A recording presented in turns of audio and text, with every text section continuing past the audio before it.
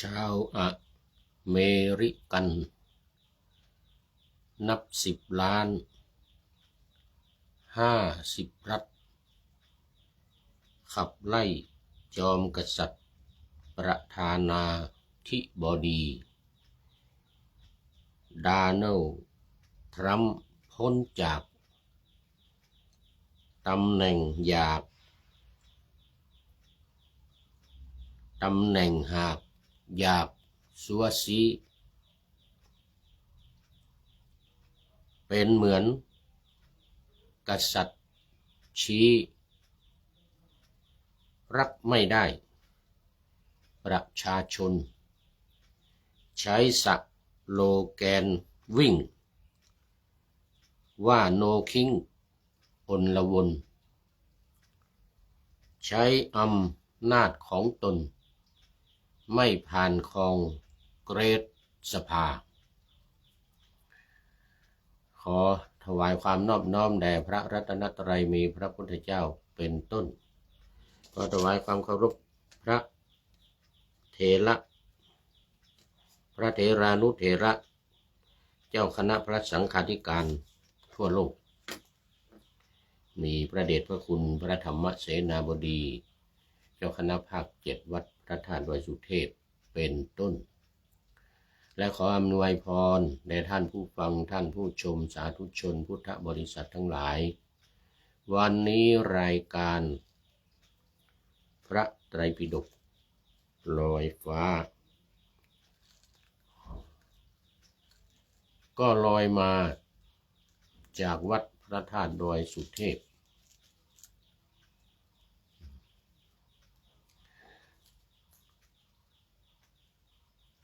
ล่วงหน้ามา1 วันออกอาการทางสถานีวิทยุ5 แห่งคือ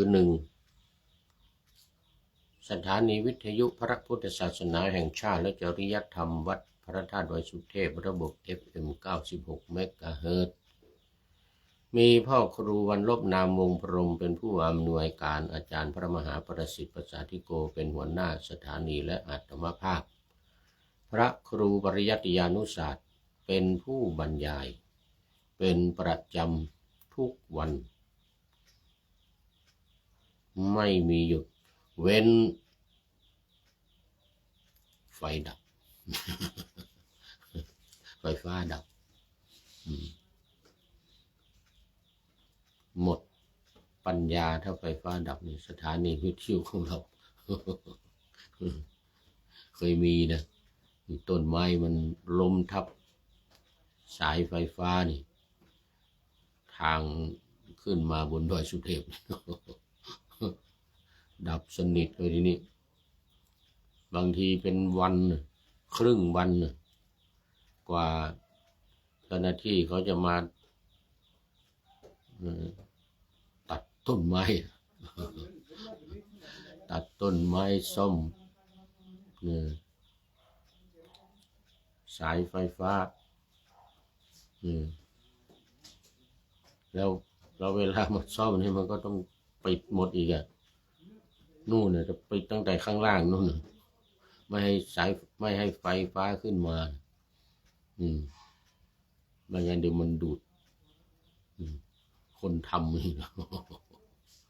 ยิ่งทับสนิทเลยทีนี้ทั้งหมู่บ้านเลยนี่ ไม่ใช่เฉพาะวัดนะนี่ทั้งหมู่บ้านเลยนะอันนี้ก็เป็นไปตามเหตุตามปัจจัย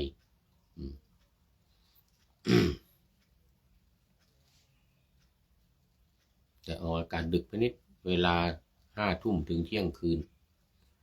สำหรับคนนอนดึก แล้วก็มูเข้าเวรยามอะไรทั้งหลายสมัยก่อนที่เปิดtwo way นะ two way communication นะนั่งในสถานีแล้วก็เปิดสายให้ผู้ฟังโทรกันเข้ามาด้วยนะตอนกลางคืนนะออกสดนะนั่งในสถานี มีคนโทรเข้ามาจากไหนโอ้เป็นยามดูเฝ้าประตูมหาวิทยาลัยนี่มั้งเป็นยามที่นั่นที่นี่ เปิดดูกันโอ้ก็เป็นประโยชน์ดีเหมือนกันสำหรับญาติโยมที่นอนดึกก็มีเหมือนกันโทรเข้ามา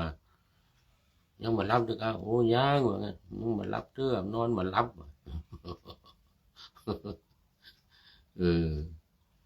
สมัยก่อนนี่มันจัดเนี่ย4 ทุ่มนะ4 ทุ่มถึงตี 3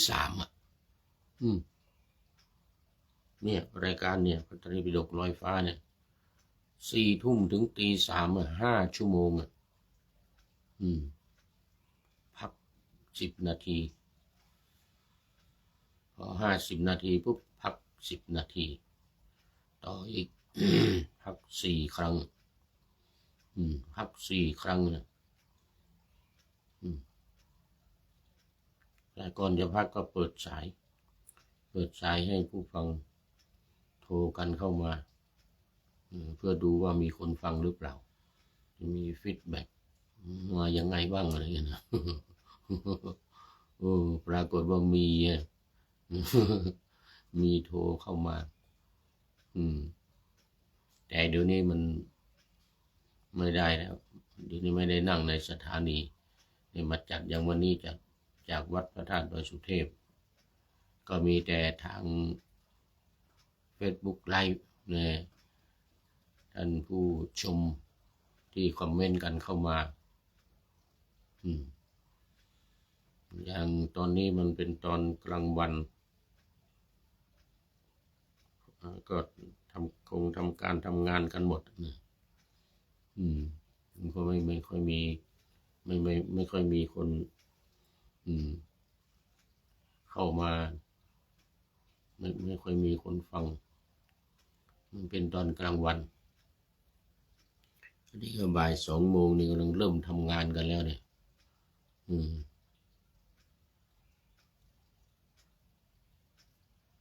ก็ตามเหตุตามปัจจัยเหมือนกัน FC ทั้งหลายก็เงียบตอนนี้ เงียบกลัวระเบิดอิหร่านหรือเปล่าไม่รู้นะ กลัวมิสไซล์ของอิหร่านบางทีกลัว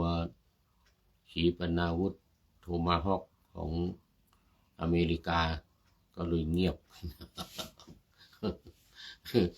ก็เลยเงียบไม่มี FC เข้ามาในรายการเดี๋ยววันนี้ต้องพูดให้ผีฟังไปก่อนผีนี่ฟังแน่ ผีฟังเยอะ เอามาสู่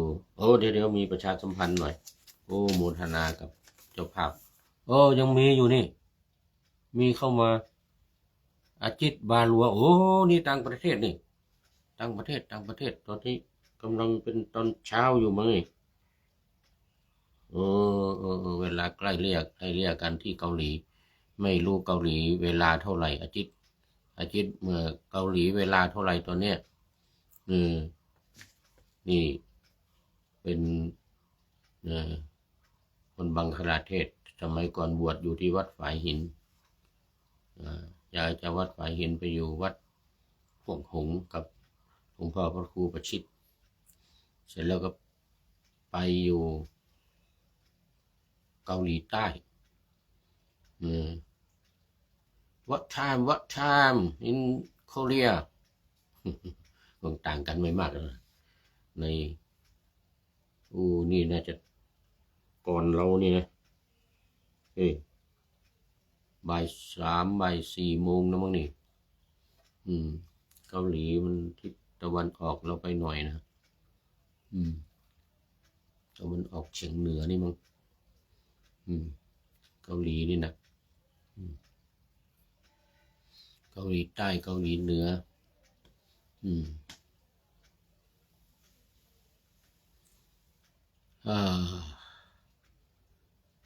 จิตบาลัวโอ้โมทนาโมทนาอาจิตแล้วนี่กำลังจะประชาสัมพันธ์โมทนากับเจ้าภาพวันนี้วันที่1 เมษายนหมายถึงวันที่รายการนี้ออกอากาศนะแต่ตอนบันทึกวันนี้มันเป็นวันที่31ศูนย์พุทธศาสนานานาชาติวัดพระธาตุดอยสุเทพเป็นเจ้าภาพภัตตาหารและน้ำปานะ 4,000 บาทโอ้โมทนากับท่านอาจารย์พระมหาพุทธศักดิ์พุทธสโรนี่ประธานศูนย์ปฏิบัติธรรมนานาชาติมีพี่น้องชาวต่างประเทศทั้งนั้น20-30 คนในแต่ละวันนี่นะไม่ต่ำกว่า20เป็นวิปัสสนาจารย์ท่านอาจารย์พุทธศักดิ์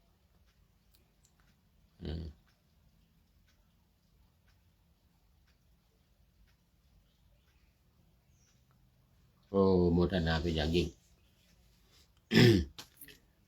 ถวายแก่ภิกษุและสามเณรที่กำลังอบรมฝึกหัดสวดปาติโมกข์เขาเรียกว่าพระภิกษุปาติโมกข์นะและสัมมนาธรรมวินัยพูดคุยสัมมนากันเรื่องธรรมวินัย2 เดือนวันที่24 กุมภาถึง24 เมษายน2 เดือนเต็มๆตอนนี้เหลือไม่ถึงเดือนแล้ววันนี้วันถึงเดือนประมาณ24 วันก็โมทนาขอบคุณสำหรับท่านที่จะเพิ่มเติมจะเป็นเจ้าภาพร่วมเข้ามาอีกก็ขอเชิญได้ติดต่อมาที่ท่านอาจารย์พระมหาสกลวิโรจนกิตติ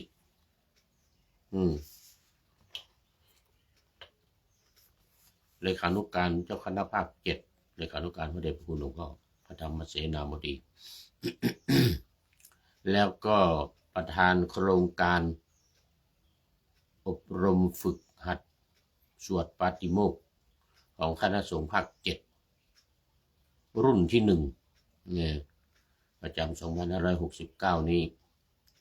หมายเลขโทรศัพท์0918599053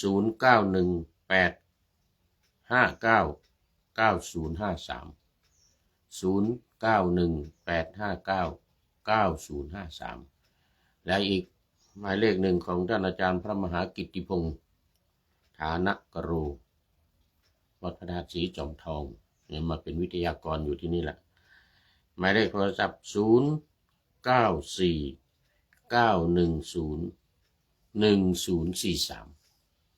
0949101043แล้วก็ขอเชิญมาร่วมประเคนด้วยมือฟังสวดให้พรสวด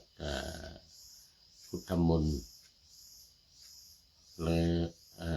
ธรรมนิยามทุกวันหรือบางทีก็เป็นทำบุญในวันคล้ายวันเกิดก็เจริญพระพุทธมนต์เต็มสูตร แต่ถ้ามาไม่ได้ก็เชิญโอนเข้าในบัญชีธนาคารกสิกรไทยนามวัดพระธาตุดอยสุเทพหมายเลขบัญชี21128066698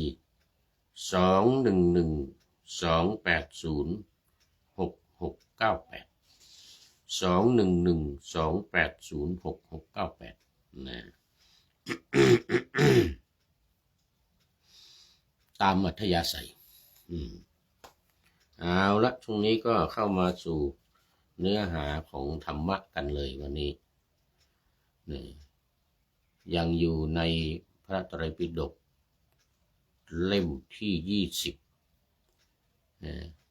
วันนี้หน้า91หน้า92หน้า92 91 92นี่แหละ เรื่อง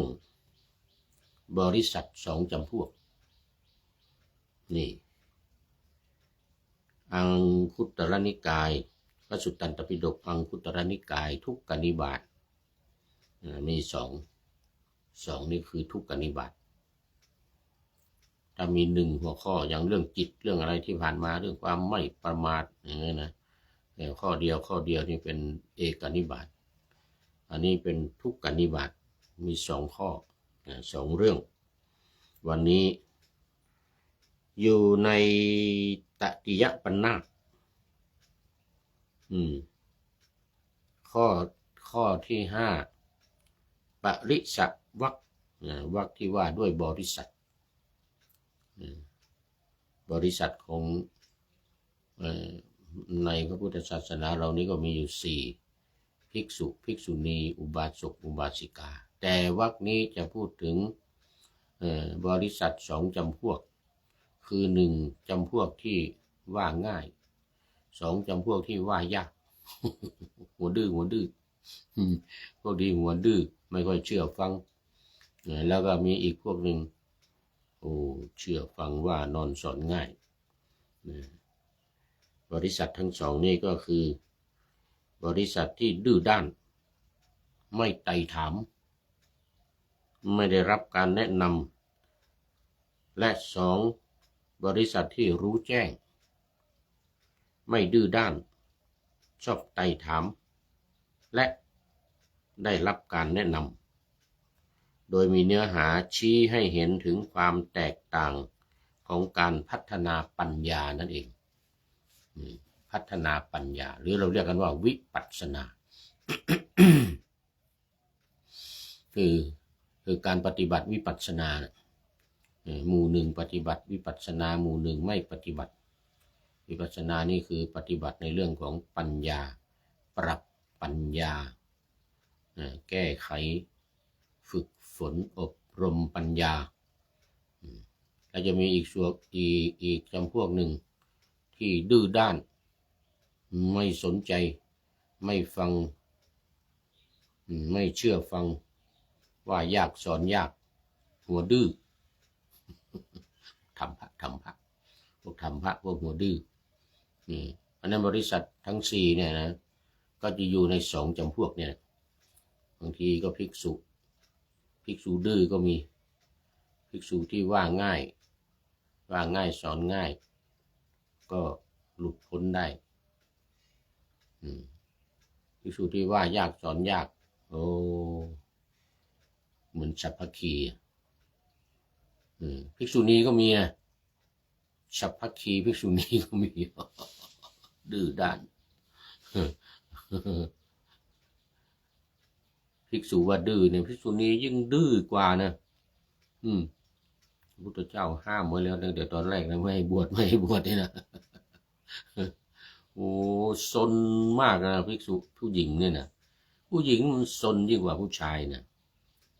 นี่ดูบวชทีหลังข้อห้าม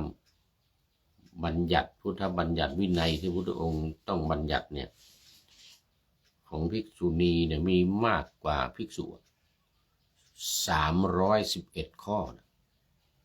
ยังไม่นับที่มาในอภิสัมมาจาริกาสิกขาอีกนะเป็นร้อยข้อนะ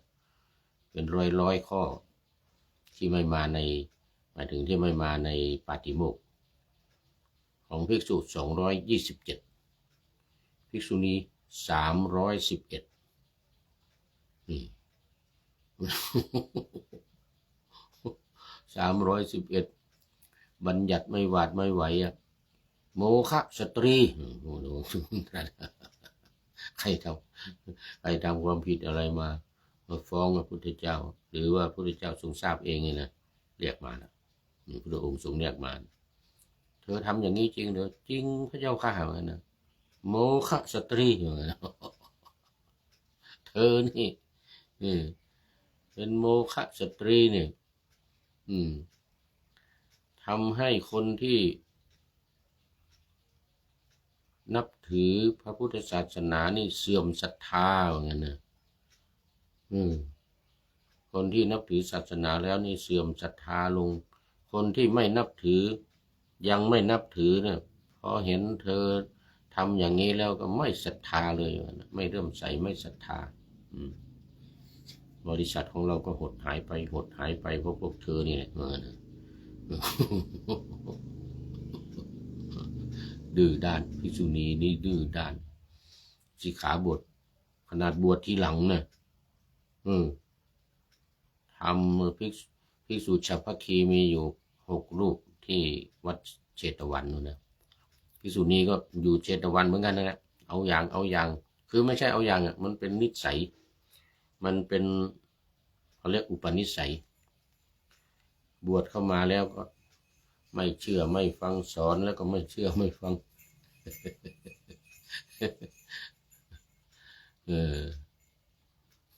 อาจีวรก็ให้ใส่สีเหลืองให้ใส่สีกลักเอาสีเขียวมานุ่งสีชุดชัดภิกษุณีนะเอาสีเขียวมาทำเป็นจีวรพระองค์ก็ต้องทรงบัญญัติห้ามไม่ให้เอาผ้าสีเขียวมาทำเป็นจีวรภิกษุณีนี่นะโอ้ดื้อมากซนยิ่งกว่าภิกษุอีกตอนแรกก็ฉัพพคีอยู่ที่วัดเจตวันนะมีชื่อเสียงโด่งดังพอภิกษุณีมาแพ้เลยภิกษุแพ้เลยภิกษุนี่นะไอ้ที่ว่าดื้อด้านที่ว่าทำนั่นทำนี่ให้ผิดวินัยแล้วพระองค์ทรงบัญญัติวินัยนี่นะภิกษุณีแซงหน้าเลยว่าโอ้โหนี่แหละเราว่าแล้วห้ามแล้วตั้งแต่แรกไม่ให้บวชพระพุทธเจ้าตรัสพระเจ้าตรัสว่าเราห้ามแล้วตั้งแต่ตอนแรกนะภิกษุณีเนี่ยผู้หญิงเนี่ยมันดื้อกว่าผู้ชายนะมันดื้อมันซนนะว่ายากสอนยากตกลงว่าอุบาสกอุบาสิกาก็เหมือนกัน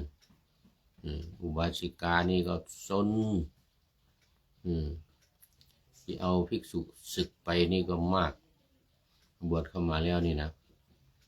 พากันศึกไปแล้ว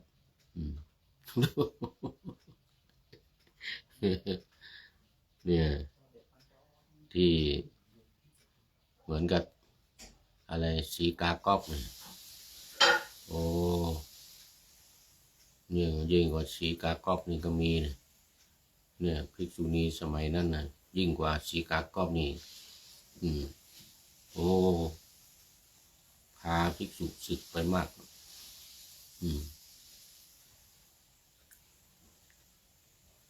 เนี่ยมี2 พวกบรรดาภิกษุณีอุบาสกอุบาสิกานะอุบาสกก็เหมือนกันอุบาสกสมัยนั้นนะสมัยพระพุทธเจ้านะหรือไม่แต่สมัยนี้ซนดื้อเอานะเนี่ยเอามาดูสาระสำคัญและตัวอย่างการใช้งาน1. ความสำคัญพระสูตรนี้สอนเรื่องลักษณะของสังคมหรือคณะสงฆ์ที่มีประสิทธิภาพหมายถึงบริษัททั้ง4เนี่ยนะภิกษุภิกษุณีอุบาสกอุบาสิกาเนี่ยโดยเน้นความสำคัญของการเรียนรู้และการเปิดรับคำแนะนำเปิดใจรับคำแนะนำส่วนใหญ่จะไม่เปิดใจสอนไปเถอะพระองค์ตรัสแต่เสียงดังกังวานไปถึง10,000 โลกจักรวาลนั่นแหละมันเข้าหูซ้ายทะลุหูขวาเข้าหูมาทะลุหูขวา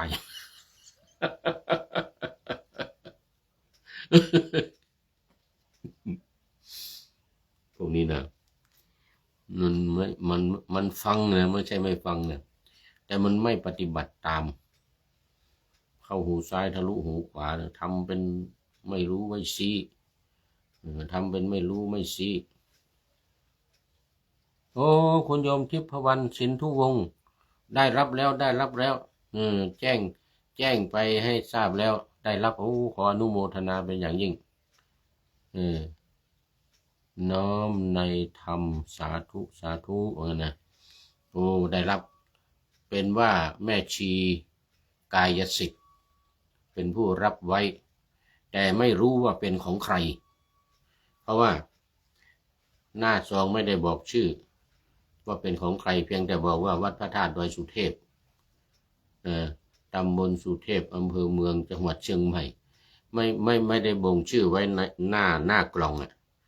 แม่ชีก็ไม่รู้จะเอาไปให้ใครนะรับแล้วก็เก็บไว้จนท่านปานท่านปานบอกให้ไลน์บอกท่านพระครูวัชรินทร์ท่านพระครูวัชรินทร์ก็เลยไปถามที่แม่ชีกายสิทธิ์แม่ชีกายสิทธิ์ก็บอกว่ามันมีอยู่เนี้ยมันไม่รู้ของใคร มันไม่รู้ของใครเราเก็บไว้อย่างนั้นเนี่ยโอ้โมทนาขอบคุณมากสาธุรสสตรอเบอรี่หอมกลิ่นหอมดี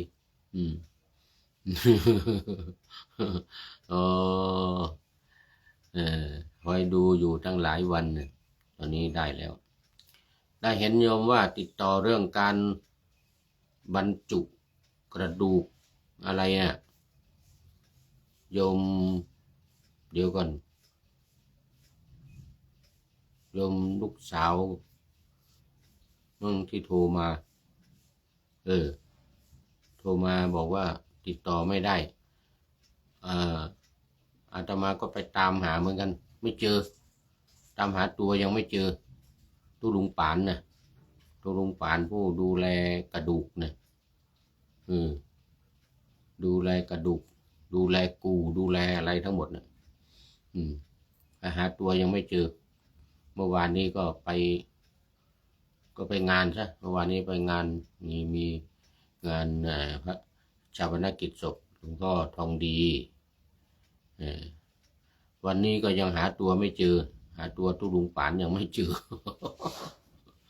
เรื่องบรรจุกระดูกนะก็ได้ทราบจากตู้ลุงนรงค์ว่ามีบางเจ้าภาพมาก็ไปซื้อดินไฟมาดินปืนมา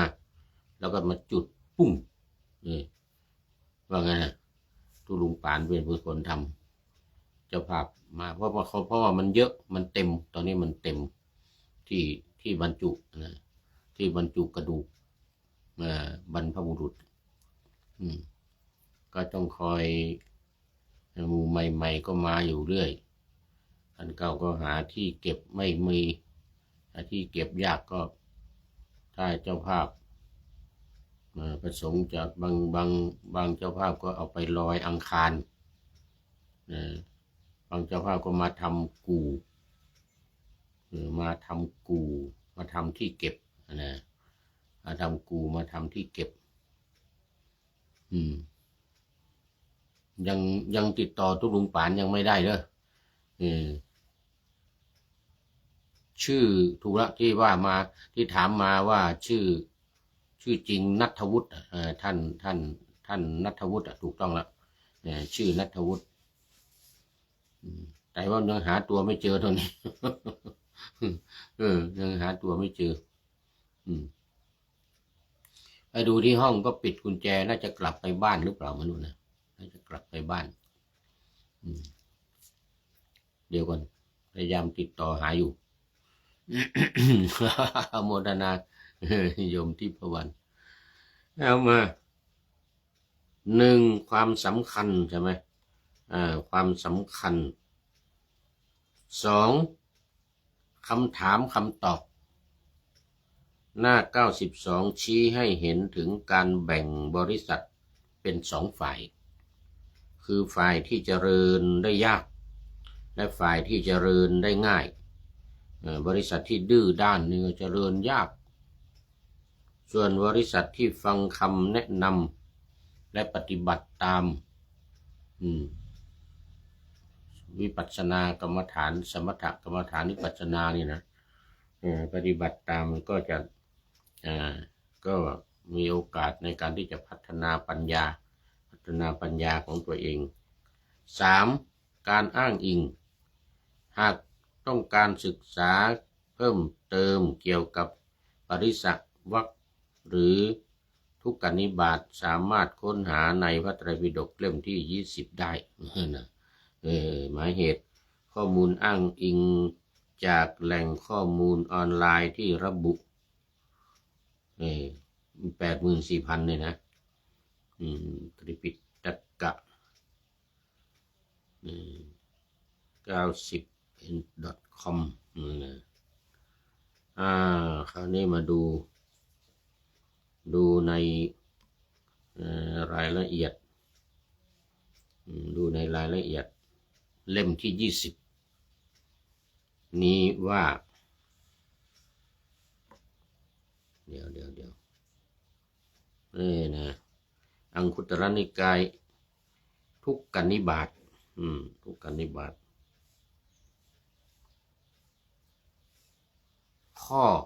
ข้อที่48ภิกษุทั้งหลายภิกษุบริษัท2จำพวกนี้บริษัท2จำพวกไหนบ้างคือ 1. บริษัทที่ดื้อด้านไม่ไต่ถามและไม่รับการแนะนำ 2. บริษัทที่ไต่ถามได้รับการแนะนำและไม่ดื้อด้าน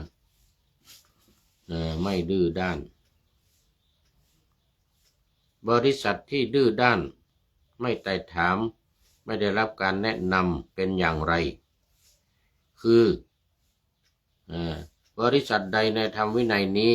เมื่อผู้อื่นกล่าวสูตรที่ตถาคตกล่าวไว้ล้ำลึกมีเนื้อความลึกซึ้งเป็นโลกุตรธรรมประกอบด้วยความว่างพวกภิกษุไม่ตั้งใจฟังให้ดีไม่เงี่ยหูฟังไม่เข้าไปตั้งจิตไว้เพื่อรู้ทั่วถึงและไม่ให้ความสำคัญธรรมว่าควรเรียนควรท่องจำให้ขึ้นใจแต่เมื่อผู้อื่นกล่าวสูตรที่ท่านผู้เชี่ยวชาญได้รจนาไว้เป็นบทกวีมีอักษรวิจิตรมีพยัญชนะวิจิตรอยู่ภายนอกคือภายนอกหมายถึงว่าถึงอยู่ภายนอกพระพุทธศาสนาคนที่เขาพูดบางทีเขามีเทคนิคในการพูดเป็นนักพูดนักพูดนักโต้วาทีนักพูดนี่นะหมายถึงนอกพระพุทธศาสนาเราที่พูดเรื่องเหล่านี้ก็ตามหรือพูดเรื่องอะไรก็ตามก็จะไปสนใจจะไปฟังคนที่เขาพูดเก่งๆเหล่านั้นแต่ที่พระพุทธเจ้าตรัสไว้นี่ไม่สนใจไม่ฟังก็อย่างว่าสักแต่ว่าฟังไม่ได้ไตร่ตรองตรึกตรองพิจารณาเข้าหูซ้ายทะลุหูขวาเข้าหูหมาทะลุหูควายนี่นะเรื่องมันเป็นอย่างนี้นะก็ไม่อยากจะรู้ไม่ได้ตั้งใจไว้เพื่อจะให้รู้ทั่วถึงไม่ให้ความสำคัญว่าควรท่องจำให้ขึ้นใจนะคือพระองค์ตรัสว่า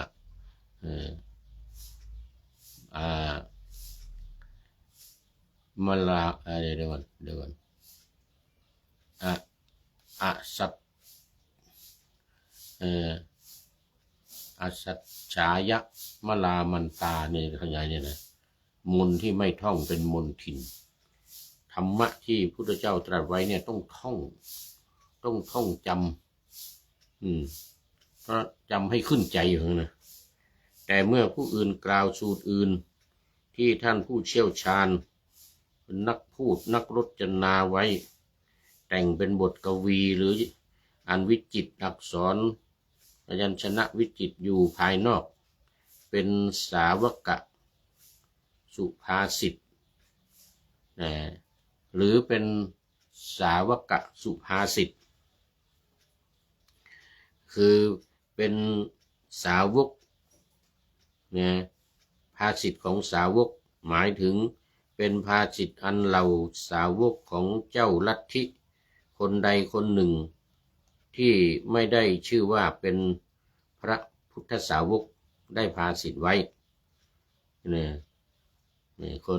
คนในศาสนาอื่นที่เก่งๆเขียนไว้แต่งเป็นโครงเป็นกลอน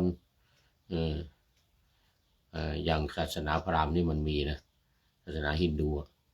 มีชื่อโด่งดังคือละพินนาถถากรละพินนาถถากรนี่เก่งมากเขียนนี่เป็นกลอนฟังไพเราะเพลงเอามาร้องเป็นเพลงอย่างนี้นะแต่ในพระพุทธศาสนาที่พระพุทธองค์ตรัสนี้ก็มีเหมือนกันนะที่เป็นคาถาที่เอามา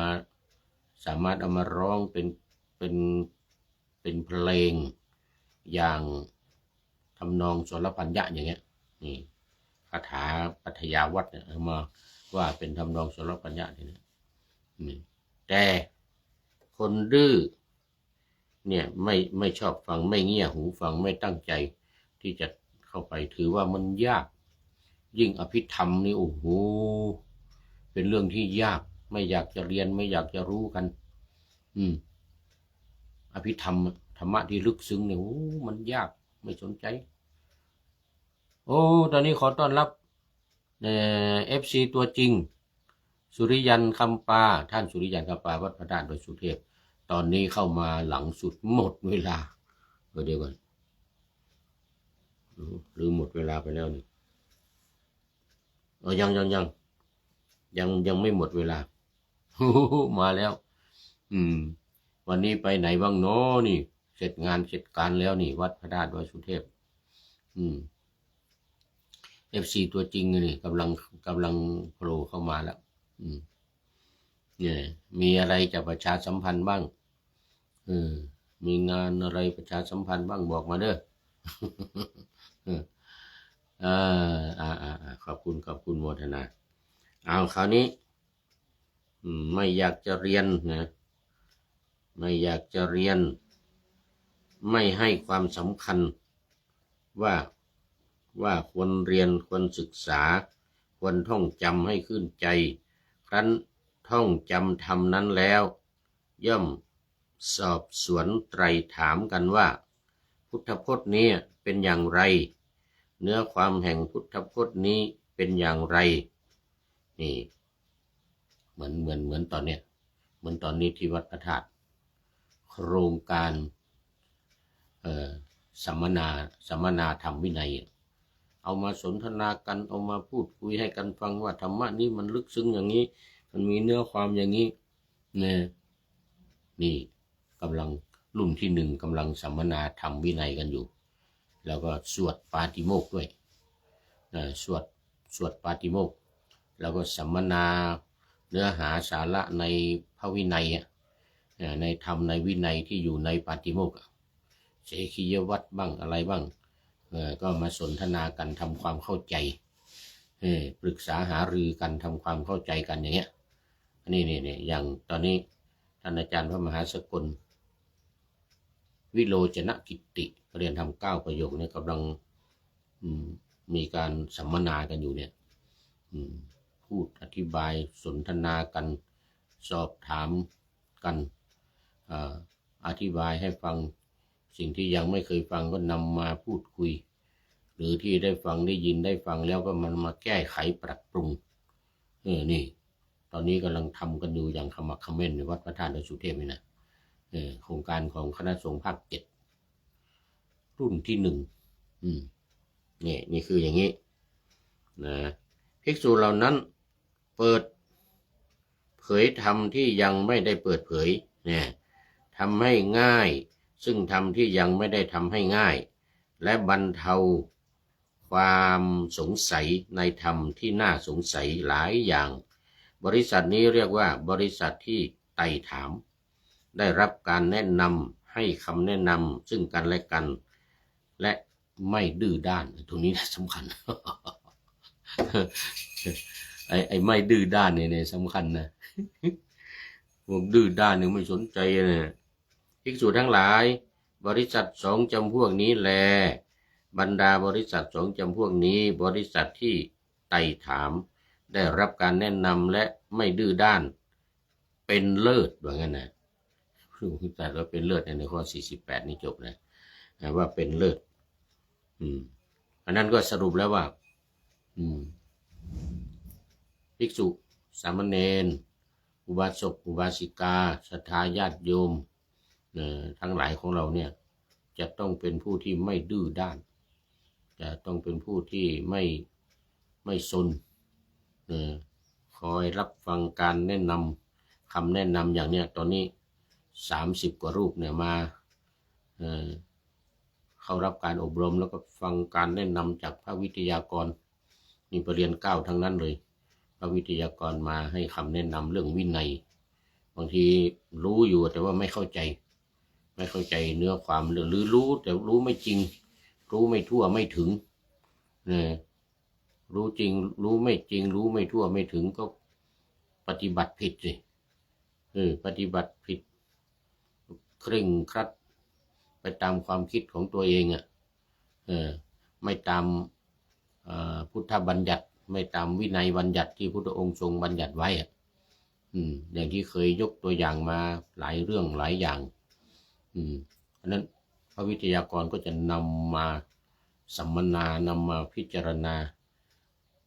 ไต่ถามไตรตรองตรึกตรองกันตามความเป็นจริงไหนเป็นกัปปิยะไหนเป็นอกัปปิยะอย่างนี้นะอย่างเคยยกตัวอย่างเนี่ยอย่างเรื่องสิกขาบทข้อที่7มายกตัวอย่างความจริงพูดบ่อยๆสิกขาบทที่7ของโภชนวรรคเนี่ยโภชนวรรคเรื่องอาหารเนี่ยนะสิกขาบทที่7ว่าโยปนาภิกขุวิกาเลคาธนิยังวาโภชนิยังวาคุญชติปาจิตติยังนะอย่างนี้เป็นต้นนะภิกษุใดฉันของเคี้ยวของฉันอาหารในเวลาวิกาลเป็นอาบัติปาจิตตีอย่างนี้นะเป็นอาบัติปาจิตตีแต่เรียนแค่เนี้ยไม่เรียนต่อไปไม่ฟังต่อไปไม่ไต่ถามไม่สอบถามก็ปฏิบัติไปตามเนี้ยเคร่งครัดไม่กินข้าวไม่กินน้ำบางคนบางภิกษุบางรูปโอ้นี่กินของเคี้ยวของฉันกินอาหารกินอะไรมันผิดเนี่ยไม่กินอย่างนี้นะแล้วเกิดปวดท้องขึ้นมาเป็นโรคกระเพาะมันผู้นี้เคยโดนมาแล้วสมัยไปอยู่กรุงเทพไอ้ที่มันไม่ใช่ไม่กินมันไม่มีอะไรกินตอนกลางวันไปตอนเช้าไปบิณฑบาตมาฉันกันเสร็จหมดต้องให้ลูกศิษย์ต้องให้อะไรฉันกันกินแทบไม่พอบางทีต้องทำเสริมเติมอย่างนี้นะตกตอนเย็นมามันไม่มีอะไรกินท่าน FC ตัวจริงสุริยันกำปามันไม่มีอะไรกินเนี่ยท้องร้องกดกรอดปวดท้องไม่ถึง15 วันเป็นโรคกระเพาะเนี่ยผู้พูดเนี่ยเป็นโรคกระเพาะก็ไปโรงพยาบาลเนี่ยหมอก็ถามเลยปวดตรงไหนท่านปวดยังไงใต้สะดือหรือบนสะดือบนสะดืออะไรอย่างเงี้ยนี่ปวดบนสะดือนี่แล้วก็เสียบขึ้นมาหน้าอกกันโอ้อย่างนี้เป็นโรคกระเพาะอะไรเงี้ยหมอว่าอย่างนี้เป็นโรคกระเพาะท่านต้องกินข้าวถ้าไม่กินข้าวก็เป็นโรคกระเพาะอย่างเงี้ยแต่ความจริงสมัยก่อนที่ไม่ไปอยู่กรุงเทพนะเราอยู่ที่เชียงใหม่เนี่ยเราก็กินข้าวตลอดไงกินข้าวตอนบ่ายตอนเย็นอะไรเนี่ยตอนเย็นตอนกลางคืนเราก็กินมันก็ไม่เป็นอะไรพอไปอดไปอยู่กรุงเทพไม่มีอะไรกิน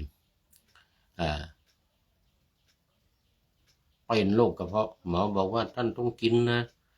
ถ้าไม่กินไม่ได้นะเอายาให้มา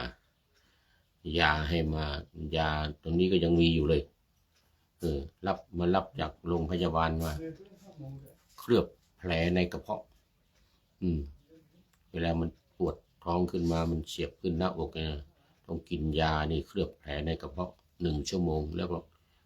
ทานอาหารเข้าไปตามนะแล้วหมอทำไมถาม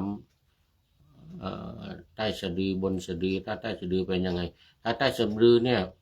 ต้องรีบผ่าตัดเลยนะมันเป็นไส้ติ่งว่ะหมอว่าถ้าเป็นถ้าใต้สะดือนี่หมอจะรีบส่งผ่าตัดส่งเข้าห้องผ่าตัดเดี๋ยวนี้เลยโอ้เราก็เลยมารู้ว่าถ้าปวดท้องถ้าเป็นบนสะดือเนี่ยนะบนสะดือขึ้นมาทั้งหน้าอกมานี่นะเป็นโรคกระเพาะเนื่องจากไม่มีอาหารท้องไม่มีอาหารขาดอาหารพระพุทธองค์จึงทรงบัญญัติสิกขาบทไว้ไงสิกขาบทข้อที่4นี่ห้ามฉันก็จริงอ่ะแต่พระพุทธองค์ทรงมองการไกลไงก็เลยบัญญัติต่อไปอีกว่าให้ภิกษุเนี่ยฉันได้ใน3 กรณี 1. เวลาอาพาธ 2. เวลาเดินทางไกลเดินทางไปเนี่ยมันไม่ไกลก็ไม่ไกลก็ตามถ้าเป็นตอนกลางวันนี่นะแล้วก็ 3. เวลาทำจีวร3 อย่างนี้ให้ฉันได้ไม่เป็นอาบัติไม่เป็นอาบัติปาจิตตีเนี่ยไม่เป็นก็คือเวลาป่วยขึ้นมาเวลาปวดท้องขึ้นมาเวลาเป็นโรคกระเพาะขึ้นมาเนี่ยก็ให้ฉันได้นี่ถ้าศึกษาเพียงแค่ว่าข้อห้ามเนี่ยก็ไม่กินเนี่ยไม่กินก็เป็นโรคกระเพาะแต่ต้องไปดูข้ออนุญาตมันมีอยู่สองอย่างนะวินัยเนี่ยเพราะมันจะมีอยู่2 อย่างข้อห้ามแล้วก็ข้ออนุโลมข้ออนุญาตให้กินได้ใน3 กรณีนี้1. อาพาธนี่ก็หมายถึงว่าเจ็บป่วยนี่แหละไม่ต้องเป็นไข้อย่างเดียวถ้าเป็นไข้ปวดหัวตัวร้อนถ้าตัวร้อนนั้นเป็นไข้ตามศัพท์ว่าเป็นไข้แต่คำว่าภิกษุไข้ภิกษุอาพาธเนี่ยหรือภิกษุไข้ภิกษุอาพาธหมายถึงว่าเจ็บทุกอย่างมีปวดท้องเป็นต้น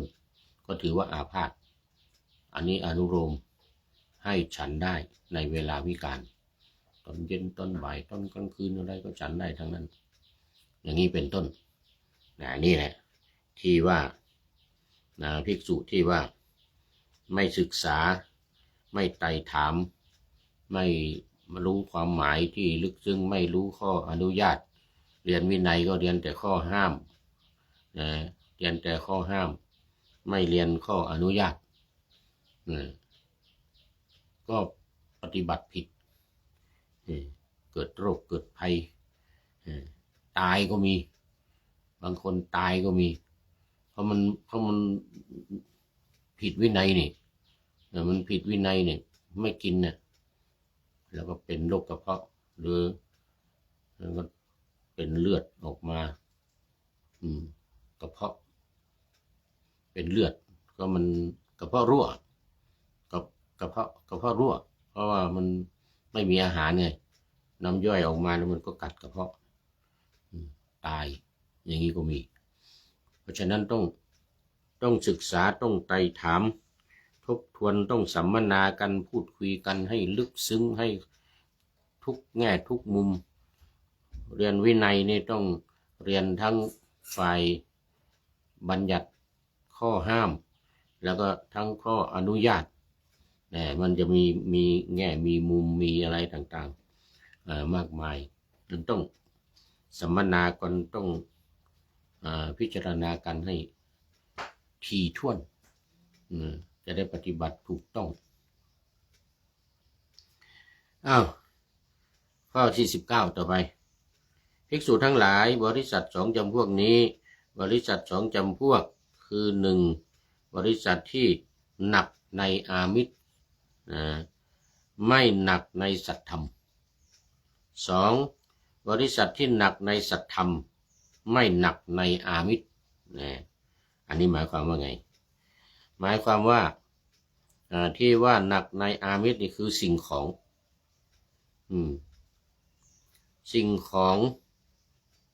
เดี๋ยวก่อนนี่ละสิ่งของเนี่ยยกตัวอย่างการให้ทานอย่างให้ทานคนที่หนักในอามิสที่นี่ก็ถวายเงินถวายข้าวปลาอาหารตัวนี้เขาเรียกว่าอามิสนะส่วนไม่หนักในอามิสคือหนักในสัตธรรมหนักในสัตธรรมก็คือธรรมะนี่แหละการให้ก็ให้ทำให้ทำเป็นทานให้ทำที่พระองค์ทรงตรัสไว้สองอย่างไงหนึ่งอามิสทานสองธรรมทานอามิสทานคือให้สิ่งของนี่นะข้าวปลาอาหารอะไรไม่ใช่ไม่สำคัญนะก็สำคัญอยู่นะเรื่องเงินเรื่องทองเรื่องค่าใช้จ่ายอะไรต่างๆอาหารการกินก็สำคัญต่อร่างกายเห็นไหมแต่มันไม่สำคัญเท่ากับพระสัทธรรมคือการปฏิบัติพระสัทธรรมที่การปฏิบัติเราจะปฏิบัติได้ต้องมีคนให้ทำคือใครพระพุทธเจ้าพระพุทธเจ้านี้ให้ทำให้สองอย่างพระพุทธเจ้านี่นะหนึ่งให้ทำสองให้อามิสสิ่งของอะไรต่างๆทั้งสองอย่างนี้มันก็สำคัญแต่ว่าให้ทำนี่สำคัญกว่าเพราะว่าคนฟังธรรมแล้วอย่างที่ว่าเมื่อกี้ข้อแรกนะอย่างว่าในข้อแรกนะฟังธรรมแล้วนำไปปฏิบัติตามธรรมก็ได้บรรลุธรรมได้เป็นโสดาบันสกทาคามีหรืออนาคามีหรือเป็นพระอรหันต์อย่างนี้อันนี้คือสัตธรรมความสำคัญของการให้ธรรมเพราะฉะนั้นคนที่หนักในอามิสนะก็ให้อามิสอย่างเดียวไม่ให้ธรรมให้อามิสอย่างเดียวก็คือให้สิ่งของให้ได้สร้างวัดวาอารามสร้างโบสถ์วิหารเจดีย์อะไรเงี้ยมันก็ดีนะมันไม่ใช่ไม่ดีนะแต่มันดีไม่เท่าให้ธรรมมันไม่ดีมันดีไม่เท่าสัตธรรมการหนักในสัตธรรมเนี่ยก็คือการหนักในเรื่องของการปฏิบัติยกตัวอย่างการปฏิบัติธรรมเนี่ยทำสมาธิทำภาวนาเนี่ยสมถกรรมฐานวิปัสสนากรรมฐานนี่คือหนักในธรรมส่วนหนักในอามิส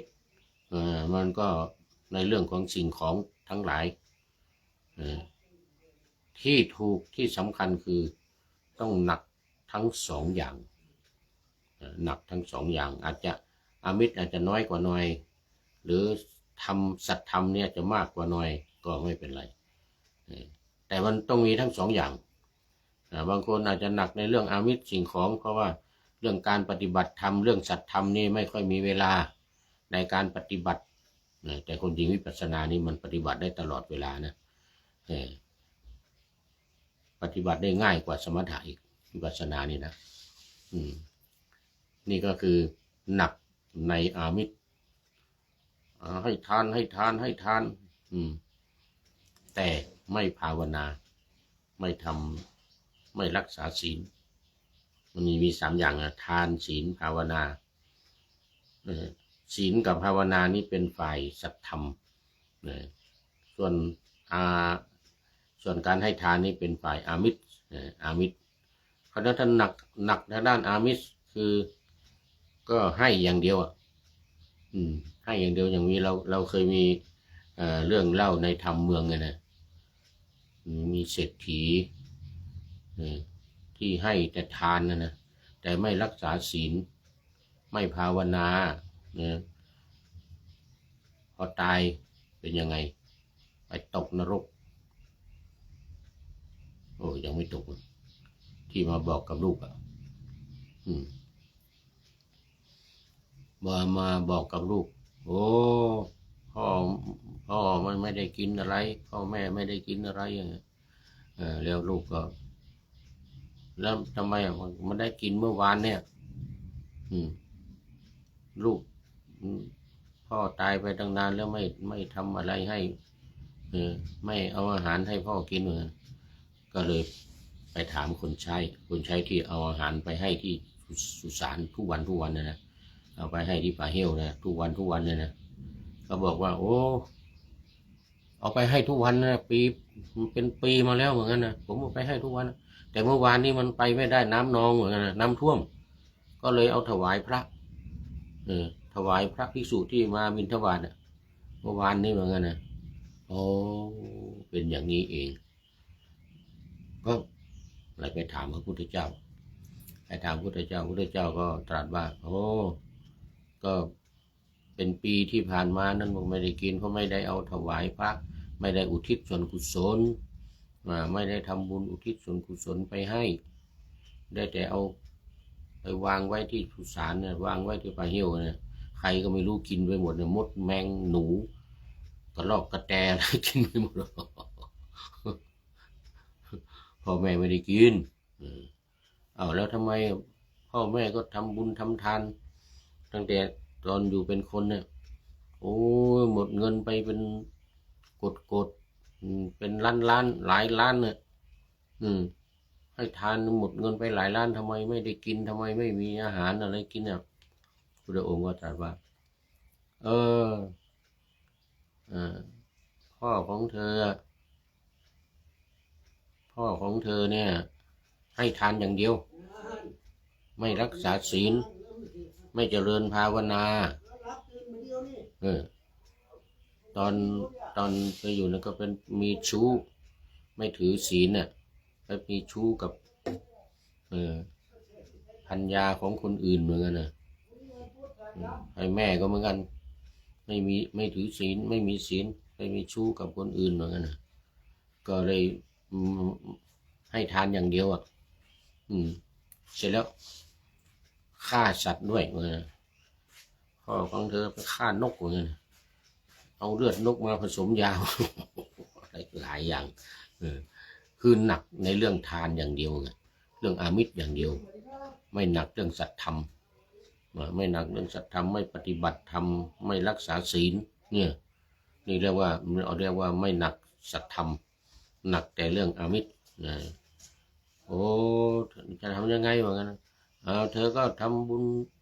อุทิศส่วนกุศลไปให้เสร็จแล้วก็เธอเองเนี่ย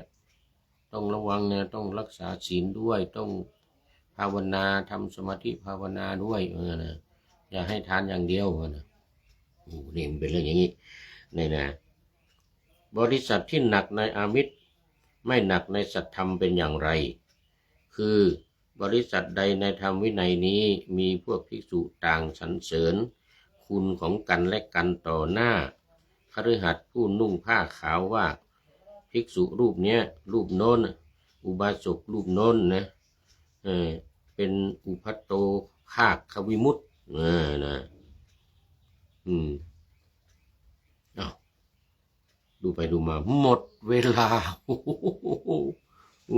เดี๋ยวอุปโตภาควิมุตตินี่ก่อนหมายถึงผู้ที่บำเพ็ญสมถกรรมฐานจนได้อารูปปัสมาบัติและใช้สมถะเป็นพื้นฐานเห็นไหมเรื่องของการปฏิบัติสมถกรรมฐานวิปัสสนากรรมฐานเนี่ยนะแต่ไม่ทำเลยไม่ทำภิกษุนู้นเป็นปัญญาวิมุตติคือปฏิบัติวิปัสสนาปฏิบัติวิปัสสนาแล้วก็ได้บรรลุธรรม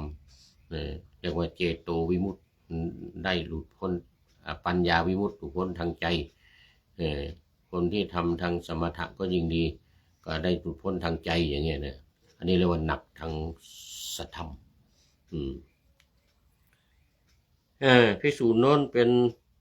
กายสักขีอย่างเงี้ยนะยังไงกายสักขีเนี่ยกายสักขีก็คือว่าผู้มีศรัทธาแก่กล้าได้สัมผัสวิโมกข์8ด้วยนามกายและอาสวะบางอย่างก็สิ้นไปเพราะเห็นด้วยปัญญาหมายถึงพระอริยบุคคลผู้บรรลุโสดาบันขึ้นไปจนถึงผู้ปฏิบัติเพื่ออรหัตผลอันนี้เป็นต้นอันนี้คือฝ่ายที่หนักทางสัทธรรมส่วนฝ่ายที่หนักแต่อามิตรอย่างเดียวก็อย่างว่านะไม่ได้สมถะก็ไม่เอาวิปัสสนาก็ไม่เอาได้แต่ให้ทานอย่างเดียวนี่นะศีลทานมันมีทานศีลภาวนาเนี่ย3อย่างเนี่ยทานศีลภาวนา ทานมันก็สำคัญนะที่สำคัญคือมันต้องทำทั้ง3 อย่างทั้งทานทั้งศีลทั้งภาวนาก็ศีลกับภาวนานี่มันอยู่ในทางสัตธรรมทานมันก็เป็นอามิตรนะก็ทำทั้ง2 อย่างแต่ว่าให้มันหนักอย่างใดอย่างหนึ่งถ้าหนักเลยเรื่องให้ทานแต่ว่าศีลก็ต้องมีสมาธิก็ต้องมีแต่อาจจะเบาหน่อยก็ไม่เป็นไรนะแล้วแต่ว่าตามโอกาสตามเวลาวันนี้หมดเวลาเอาไว้แค่นี้ก่อนเดี๋ยวก็คราวหน้าเราจะมาขึ้นหัวข้อใหม่แล้วก็จะทบทวนหัวข้อนี้ท้ายๆที่ยังไม่ได้พูดนี้อีกเอาละวันนี้FC ตัวจริงท่านสุริยันคำปาวัดพระธาตุดอยสุเทพเป็นท่านสุดท้ายเข้ามาสู่รายการในวันนี้โมทนาเป็นอย่างยิ่งและท่านที่เข้ามาแล้วอย่างคุณโยมทิพวรรณเป็นต้นเลยนะเป็นต้นและที่ผ่านไปแล้วด้วยขอโมทนามาดูข้อคิดท้ายรายการวันนี้หน่อยวันนี้ก็ได้จากตามกระแส .com นี่ข้อมูลกระแส .com ตามกระแส .com แล้วก็พญาเทพประพันธ์บอกว่าชาวอเมริกันนับ10 ล้าน50 รัฐขับไล่จอมกษัตริย์ประธานาธิบดี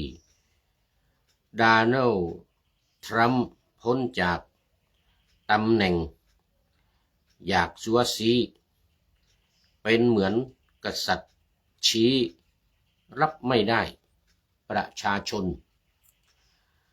ใช้สโลแกนวิ่งว่า No King อนลวนใช้อำนาจของตนไม่ผ่านคองเกรดสภาบอกว่าประธานาธิบดีทำเนี่ยเป็นเหมือนกษัตริย์ใช้อำนาจตัวเองไม่ฟังไม่ผ่านสภาคองเกรสของสหรัฐนั่นนะเขาก็เลยพากันประท้วงขับไล่ออกมา50 รัฐเป็น10 ล้านเลย10 ล้านคนออกมาประท้วงว่าประธานาธิบดีเนี่ยทำตัวเป็นเหมือนกษัตริย์บอกว่าเขารับกันไม่ได้ประชาชนก็เลยประท้วงกันถือสโลแกน No King No King No King นะอันนี้ก็ขอบคุณตามกระแส .com ไว้ณที่นี้ที่ให้ข้อมูลมานะวันนี้พระเดชพระคุณหลวงพ่อสุทธิสงึมรำเป็นท่านสุดท้ายจริงๆนี่วันนี้เข้ามาเป็นท่านสุดท้ายแล้วก็หมดเวลาครับหลวงพ่อขอบคุณมากที่ให้หัวใจใสๆแดงๆเข้ามาเป็น FC ตัวจริงอีกท่านหนึ่งรองจากท่านสุริยันคำปา ขอบคุณมาก ขอนำพระไตรปิฎกลอยฟ้าไปจากผู้ฟังทั้งหลายในโลกล่าวันต่อไปจะได้จรย้อนกลับมาสู่สถานีใหม่ให้ท่านฟังอย่าลืมเปิดวิทยุหรือเครื่องรับโทรศัพท์โมบายคอมพิวเตอร์ผัง YouTube เฟซเพจไลน์ให้ดังๆเพื่อชมฟังรายการวันต่อไปขอทุกท่านมีความสุขทุกคืนวันนำธรรมะประกอบการงานทั้งหลายเช่นขยันทำงานทางวาจากายใจขวนขวายกิจการงานนานาบำเพ็ญสาธารณประโยชน์เว้นสิ่งที่มีโทษโหดเยี่ยงสาประกอบแต่กรรมดีมีราคาแสวงหาเงินทองครองใจคนเสียสละพละทรัพย์นับมากน้อยไม่ให้ล้านก็ให้ร้อยไม่ด้อยผลเอื้อคนรวยช่วยคนยากฝากคนจนให้ทุกคนเท่ากันมาตรฐานเดียวขอเจริญพร